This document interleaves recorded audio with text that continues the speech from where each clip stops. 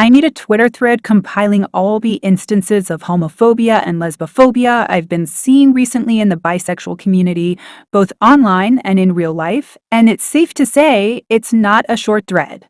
I want to share the things I've seen so more people will be more aware of what's happening to gay people within the LGBT community.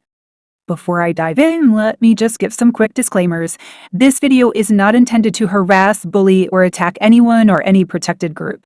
No, calling out the rampant lesbophobia in the bisexual community is not generalizing. No, calling out the rampant lesbophobia in the bisexual community is not biphobia, and no, I never said all bi people are like this. All right, let's get started. Bisexuals, bi women especially, have an abnormal allegiance to men, which causes them to intentionally or unintentionally put lesbians in danger. A 33-year-old lesbian, Amber Shelton, was dating a bisexual woman, Sherry Mapp.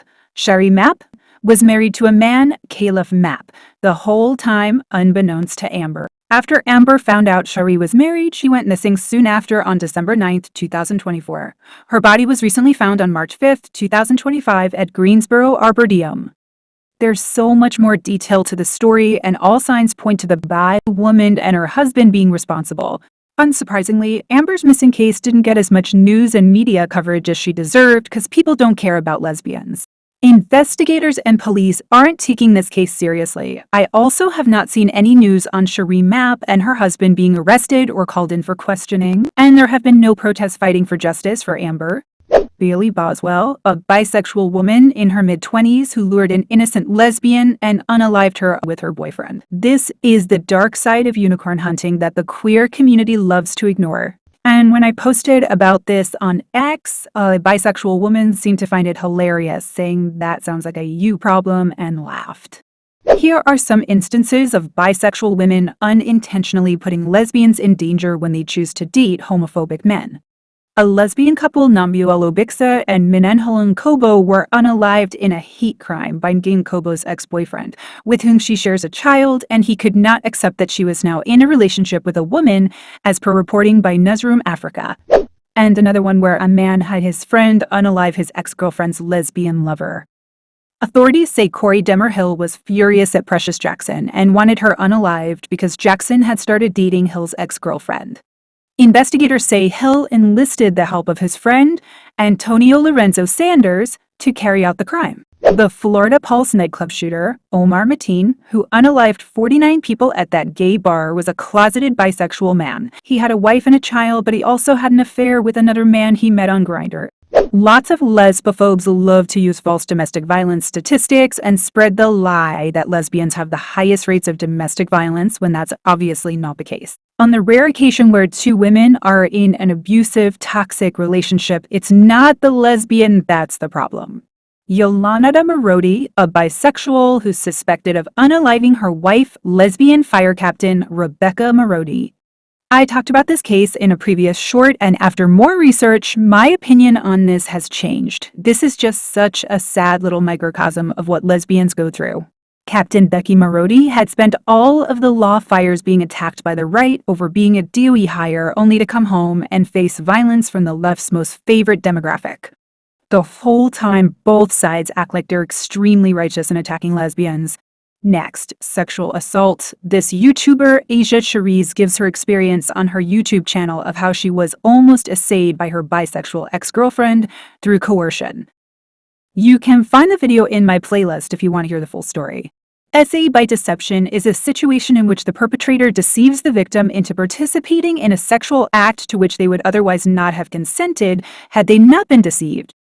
This happens a lot to lesbians who only date other lesbians, bi women who lie about their sexual orientation to get specific lesbians to sleep with them who otherwise would not have consented had they known the truth. I talked about this is my video of bi women lying about being lesbians. Here's another instance of essay by deception. My ex also lied about being a lesbian after I made it clear that I am only interested in dating other lesbians. One night we were drinking and she said she wanted to share a secret and admitted to being bisexual. A lot of bi women also have weird kinks and fantasies about wanting lesbians to be essayed by men. They express these twisted, messed up fantasies a lot online. I fantasize about making a lesbian take my boyfriend's I'm a massive queen, and seeing my boyfriend others is a massive turn on. It's a cherry on the cake if I then get to dom a lesbian and force her to take his for me. It feels so dirty and wrong. I love it. I have this recurring fantasy about telling other sapphic people I'm going to date them and then tricking them into getting bred by a man. I would never do it. In real life, I'm not even really attracted to men, even though this person clearly is. But the thought of watching some girl being used by a man when she thought she was gonna me, it turns me on so much. I don't know. Sometimes I feel guilty about it even though I'd never do it in real life. This brings me to my next point of bi women promoting lesbian conversion therapy. This lesbophobe said, one of my more controversial opinions is that human sexuality is contextual and almost everyone would be bisexual given the right environment. This line of thought is what is often used to justify the corrective rape of lesbians. How about we just believe women when they say they don't want to sleep with men? Psychiatric conversion therapy in Syria works by convincing the gay person they're fluid as a first step and then telling them to only pursue the opposite sex afterward as a second step. This is another Reddit confession of a bi woman's weird corrective rape of lesbians fetish. I'm a woman lesbian and my girlfriend is bisexual. Yesterday we went to a Christmas party and we got drunk. Then we shared our weirdest kinks that we hadn't revealed to each other yet, and she said she had a cuck queening kink. I didn't think much of it since to me that's just threesomes with an extra kick, but then she said she had fantasizing about me her with my best friend, Isaac, and that she thinks it would be the hottest thing ever. I don't know how to feel about that. It was definitely not good, but it wasn't horrible either. I just don't know what to do or what to say. I decided to ask the bisexual subreddit your opinions and advice. I don't know if her saying that is disrespectful to my sexuality. It is. Or if I should brush it off, you really shouldn't. I'm asking you guys for help on what to tell her and how to understand her mindset. Here's another bi woman pushing conversion therapy.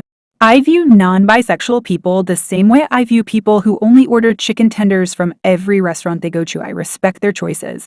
But I also think they need to grow up and put something else in their mouth. This is basically saying lesbians just need to try so they won't be lesbians anymore, which is exactly how rapist lesbophobic men talk. Unironic bisupremacy. If I could push a button and turn every lesbian straight person and gay man bisexual, I'd do it, and the world would be a better place for it. Lesbianism on this website exists as an ideological project, inherently allied with radical feminism, way more than a sexuality, and frankly, in the form it exists on this website. It should be utterly eradicated. I hope someday we do make everyone bisexual for real. This post said we must make all people bisexual, and it got over 100,000 likes. And another homophobe responded by saying, spoiler, they already are. We just have a number of people still in the closet. There are even whole accounts run by bi women saying they were quote unquote fixed by men and harassing and bullying lesbians. This video definitely needs a part 2. Luckily, I've already started working on it because there's still so much I want to cover. Thank you if you watched till this point. Please make sure to leave a like and subscribe. I'll see you in my next video.